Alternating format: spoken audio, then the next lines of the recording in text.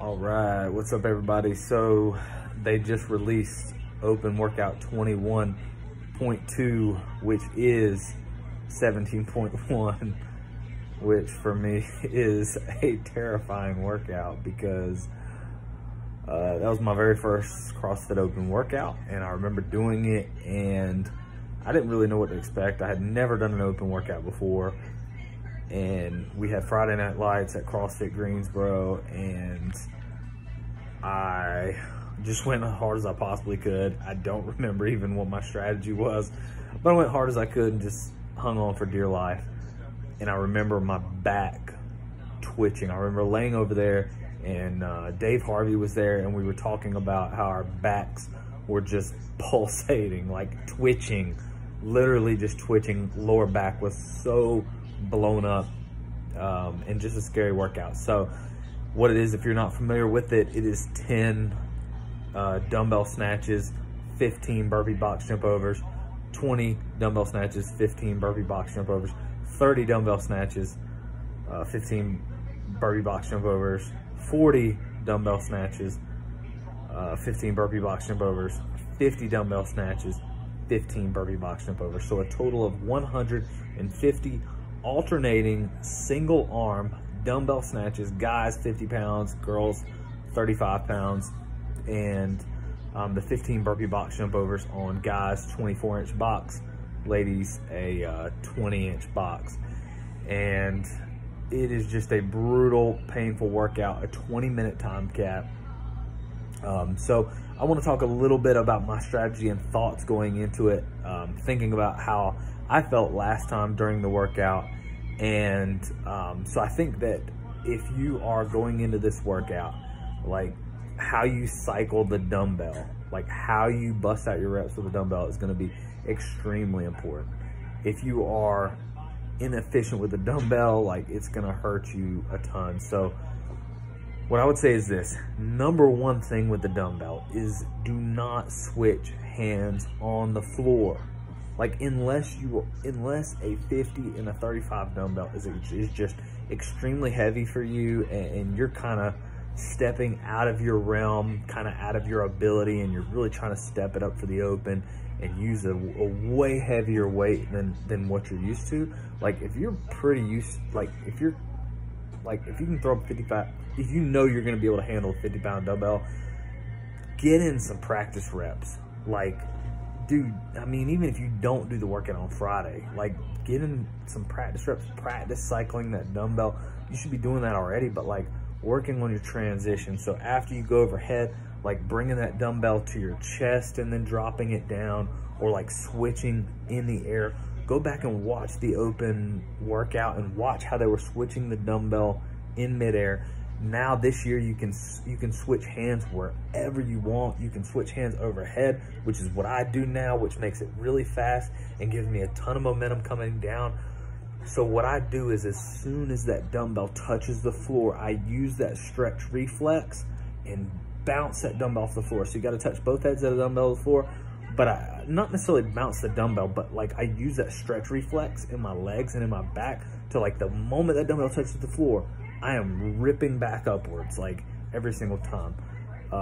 So I don't want to spend time hunched over, bent over in that position, because it blows up your lower back. Your lower back will be toasted. Your lower backs will get toasted from doing box jump overs, period. If you've done a workout with a lot of box jumps, it'll just like blow your lower back up. So you don't want to spend a ton of time hunched over. Plus, when you're hunched over, you can't really breathe. Uncomfortable position. So like if you have to drop the dumbbell on the floor and you have to rest, as soon as you drop the dumbbell down, don't stay hunched over on the floor with your hand on the dumbbell. Stand straight up, breathe, take some good breaths while you're standing straight up, and then go back down for the dumbbell if you have to rest, right? So be super cautious on how you switch that dumbbell. In your warm-up, please practice switching of hands. Get used to it. Like, try to be as efficient as possible. So cycling the dumbbell is going to be extremely important. If you have to break up the dumbbells, right? It goes 10, 20, 30, 40, 50. So like you're not even, when you get through the round of 30, you've only done 60 dumbbell snatches and you have 90 left to go. So you're not even halfway through the workout. So don't be fooled. Don't start the 10, 20, 30, you know, like a bat out of hell. Like, calm down, relax, use on your dumbbell snatches, breathe, right? If it's not super heavy for you, like you don't have to brace that much, like you can breathe through the movement, try to stay as calm as possible. If you're really strong overhead, hey, you can hold that dumbbell overhead and rest for just a minute while you're holding the dumbbell overhead. Like, if it's not super heavy for you, why not just rest for a second while you're holding it overhead? To me, that's easier than being hunched over, and that's easier than setting the dumbbell down and then picking it back up again. So you can rest with the dumbbell, hey, sitting overhead. Give it a second, catch your breath, right? When you're doing those burpee box jump overs, you don't have to jump up, you don't have to step up.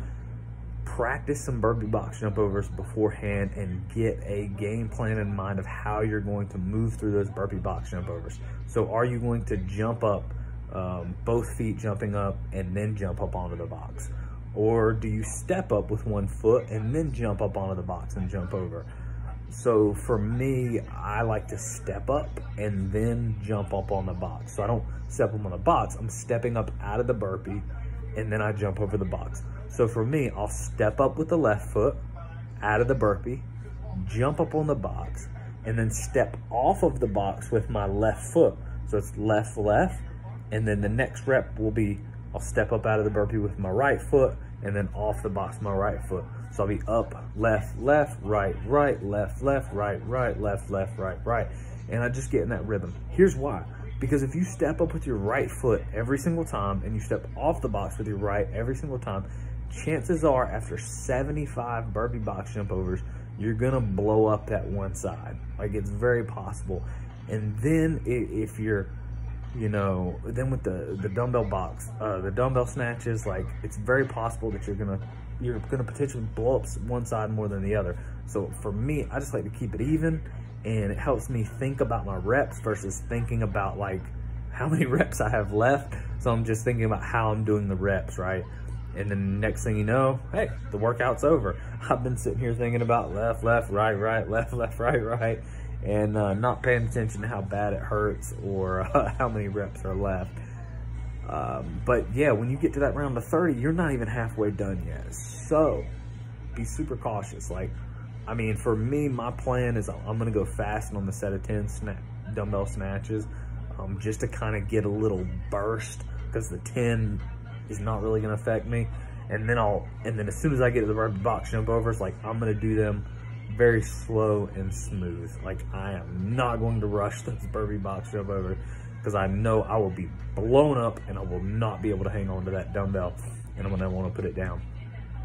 So I'll be nice and easy and smooth on those burpee box jump overs. Hey, if you have to just do the burpee box jump overs super slow, that's okay. You know, you can just work through those. To me, this is the kind of workout that if you can be slow and steady and move the whole time without a ton of rest, you're gonna do a lot better than if you go fast and then you blow up and you have to stop and rest for 30 seconds, then go fast, blow up, stop and rest for 30 seconds, and again, right? You just need to keep moving through this workout as fast as possible. If you're trying to get a specific time of, like, say, sub 15, you're gonna have to move pretty good. You're not gonna be able to take a lot of rest on this workout. Like, these guys, Justin Medeiros just did it in 10:01, and he was flying. He was cycling the dumbbell so fast and doing the burpees so fast. Even if you basically don't hardly break anything up, maybe you break up the last set of dumbbells, like, it's very possible if you're doing your burpees slow and you break up the last set of dumbbells, you end up with about a 15-minute time. Like, and so, I mean, you really did it almost unbroken, but you still ended up with that 15-minute time. So that's how much time Justin cut off by doing fast dumbbell snatches and fast burpee box jump overs. So, like, it's super important that you pace this workout according to your ability, but, like, this is also one of them workouts, like, you just gotta hang on. Like, it's an engine workout, and you just have to hang on for dear life. You have to be able to just endure pain. You just have to be able to like go to that dark place in this workout. It is going to hurt. It is going to hurt bad. And I think it's better off just going into the workout and knowing that, like knowing ahead of time, okay, I know this workout is gonna hurt so bad. I'm gonna wanna throw up. I'm going to want to give up. What is going to motivate me when I get to that point in that workout and I feel like just, you know what does it matter if I set the dumbbell down? What does it matter if I just rest?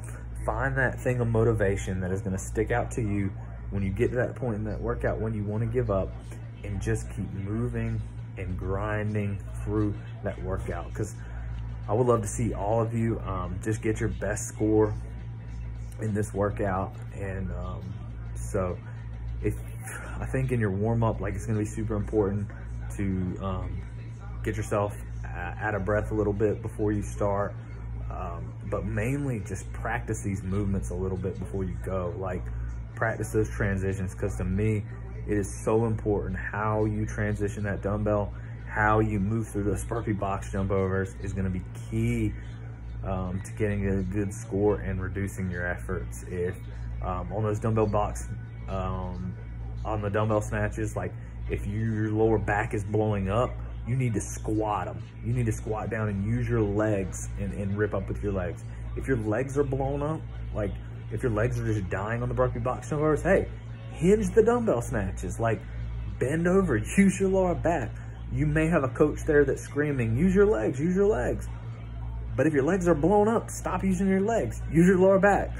If your lower back's blown up, stop using your lower back, use your legs. Like, you know, just use the muscle that is, as much as you can, that's not blown up. If your shoulders are fine and your arms are fine, rip the dumbbell off the floor with your arms if you have strong arms. But, like, you know, think about what's fatigued and try to use those muscles that are not fatigued. I hope that makes sense. When you finish the workout and you go to cool down, I highly suggest just hopping on a rower. Like, keep moving, keep hinging a little bit, hop on a bike, like keep moving. You know, chances are from hinging and bending over, you're really gonna stretch. If you have tight hamstrings, you're gonna stretch your hamstrings. You're probably gonna have sore hamstrings. Your lower back's gonna be sore, it's gonna be stretched. So, like, you might stretch just a little bit, but like, don't stretch a ton. To me, keep moving, get out a foam roller, get out a massage gun, and just keep massaging that muscle and keep moving through it. Even the next day, massage, massage, massage, and move. Like, next day, if you need to, row a little bit, like nice and easy, and keep some blood flowing, like, and I think you'll recover faster. The next day, even though you might be tight, like, I don't think this is the kind of workout where you should stretch a ton, because a lot of times you are overstretched from what you did, right? You just bent over 150 times with a 50-pound dumbbell and tore the muscles in the back of your hamstrings from overstretching them, or your lower back. So, like, you don't need to stretch anymore. You're tight because of the overstretching. Now you need to massage and just calm those muscles down. So that's just a little recovery tip for you. I say go out, don't redo this workout. Man, it takes too much of a toll on your lower back. Do it one time and make it count. Like, get a game plan together, even if you got to do it Saturday or Monday or Sunday instead of Friday, because Friday's too soon. You don't really have a game plan. You're not used to dumbbell snatches. You're not used to box jump overs. Like, just get a game plan up and do this workout one time. Give it everything you got and be done with it. If you have any questions, please hit me up. Please hit that like button, hit that subscribe button, and thank you so much again for watching, and good luck. Can't wait to see your scores.